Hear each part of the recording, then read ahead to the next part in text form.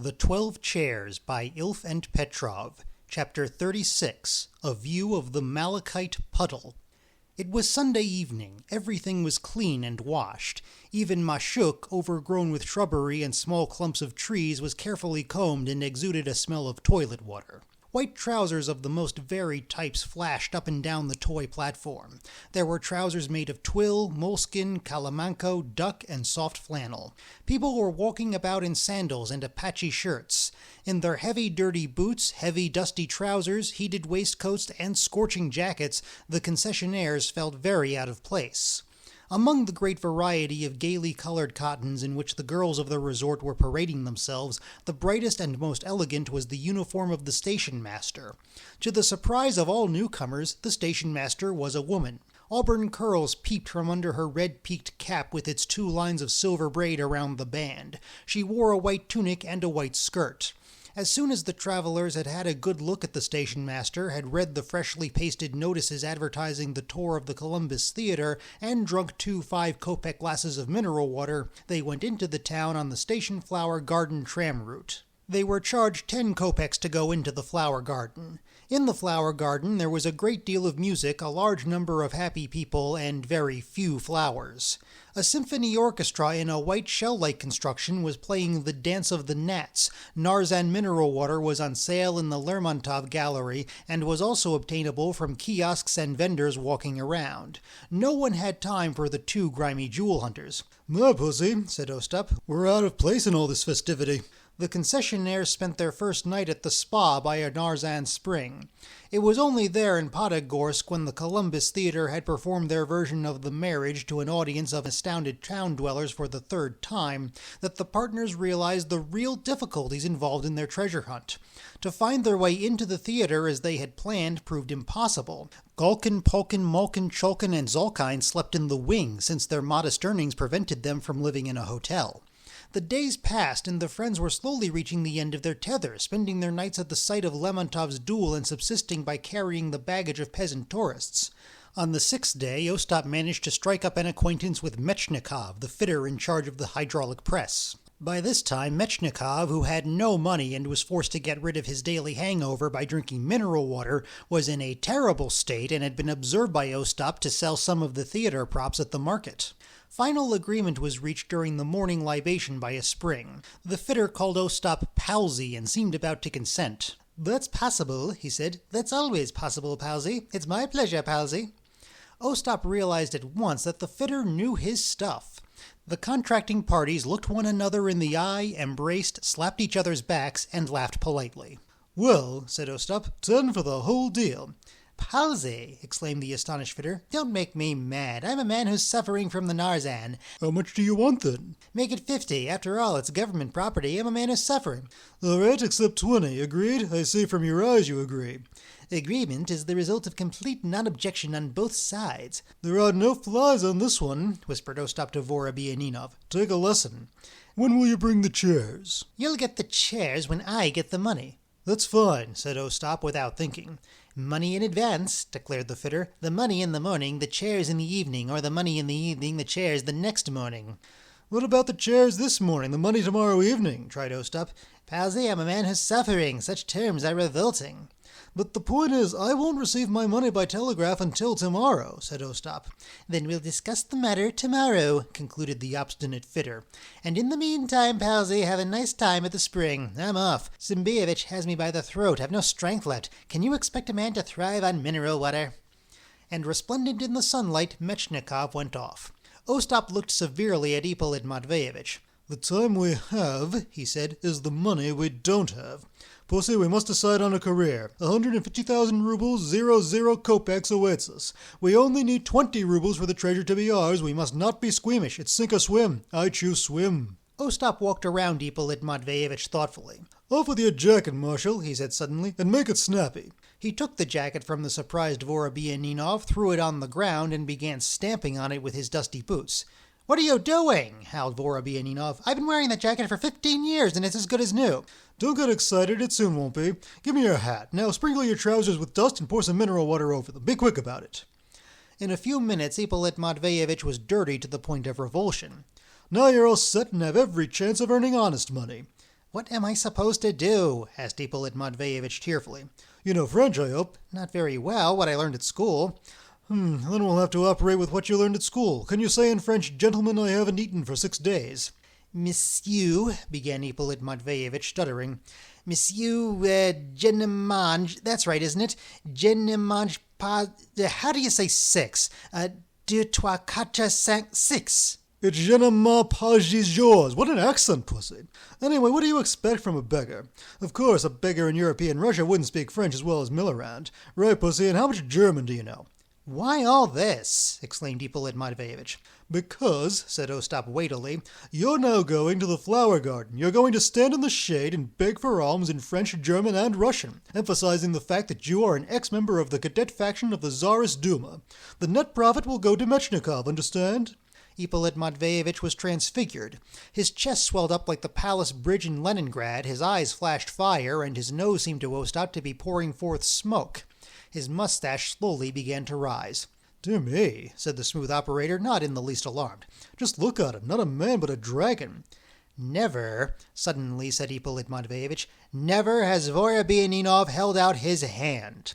Then you can stretch out your feet, you silly old ass, shouted Ostap. So you've never held out your hand? No, I have not. Spoken like a true gigolo. You've been living off me for the last 3 months. For 3 months, I've been providing you with food and drink and educating you, and now you stand like a gigolo in the 3rd position and say, come off it, comrade. You've got 2 choices. Either you go right away to the flower garden and bring back 10 rubles by nightfall, or else I'm automatically removing you from the list of shareholders in the concession. I'll give you 5 to decide yes or no. 1? Yes, mumbled the marshal. In that case, repeat the words. Monsieur je ne mange pas ces jours. Geben Sie mir bitte etwas Kopek for un Stück Brot. Give something to an ex-member of the Duma. Once again, make it more heart-rending. Ippolit Matveyevich repeated the words. All right, you have a latent talent for begging. Off you go. The rendezvous is at midnight here by the spring. That's not for romantic reasons, mind you, but simply because people give more in the evening. What about you? Asked Vorobyaninov. Where are you going? Don't worry about me. As usual, I shall be where things are most difficult. The friends went their ways. Ostap hurried to a small stationery shop, bought a book of receipts with his last 10-kopeck bit, and sat on a stone block for an hour or so, numbering the receipts and scribbling something on each one. System above all, he muttered to himself. Every public kopeck must be accounted for. The smooth operator marched up the mountain road that led round Mashuk to the site of Lemontov's duel with Martinov, passing sanatoriums and rest homes. Constantly overtaken by buses and 2-horse carriages, he arrived at the drop. A narrow path cut in the cliff led to a conical drop. At the end of the path was a parapet from which one could see a puddle of stinking malachite at the bottom of the drop. The drop is considered one of the sights of Podgorsk and is visited by a large number of tourists in the course of a day. Ostap had seen at once that for a man without prejudice the drop could be a source of income. What a remarkable thing, mused Ostap, that the town has never thought of charging 10 kopecks to see the drop. It seems to be the only place where the people of Podgorsk allow the sightseers in free. I will remove that blemish on the town's escutcheon and rectify the regrettable omission. And Ostap acted as his reason, instinct, and the situation in hand prompted. He stationed himself at the entrance to the drop and, rustling his receipt book, called out from time to time, Buy your tickets here, citizens, 10 kopecks. Children and servicemen free. Students 5 kopecks. Non-union members 30 kopecks. It was a sure bet. The citizens of Podgorsk never went to the drop, and to fleece the Soviet tourists 10 kopecks to see something was no great difficulty. The non-union members, of whom there were many in Podgorsk, were a great help. They all trustingly passed over their 10 kopecks, and one ruddy-cheeked tourist, seeing Ostap, said triumphantly to his wife, You see, Tanyasha, what did I tell you? And you said there was no charge to see the drop. That couldn't have been right, could it, comrade? You're absolutely right. It would be quite impossible not to charge for entry. 10 kopecks for union members and 30 for non-members. Towards evening, an excursion of militiamen from Kharkov arrived at the drop in 2 wagons. Ostap was alarmed and was about to pretend to be an innocent sightseer, but the militiamen crowded round the smooth operator so timidly that there was no retreat. So he shouted in a rather harsh voice, Union members 10 kopecks, but since representatives of the militia can be classed as students and children, they pay 5 kopecks. The militiamen paid up, having tactfully inquired for what purpose the money was being collected. For general repairs to the drop, answered Ostap boldly. So it won't drop too much. While the smooth operator was briskly selling a view of the Malachite puddle, Ippolit Matveyevich, hunching his shoulders and wallowing in shame, stood under an acacia and, avoiding the eyes of the passers-by, mumbled his free phrases. Monsieur Denemanche Passageur Gibbon Simir. People not only gave little, they somehow gave unwillingly. However, by exploiting his purely Parisian pronunciation of the word mange and pulling at their heartstrings by his desperate position as an ex-member of the Tsarist Duma, he was able to pick up 3 rubles in copper coins. The gravel crunched under the feet of the holiday makers. The orchestra played Strauss, Brahms, and Grieg with long pauses in between. Brightly colored crowds drifted past the old marshal, chattering as they went, and came back again.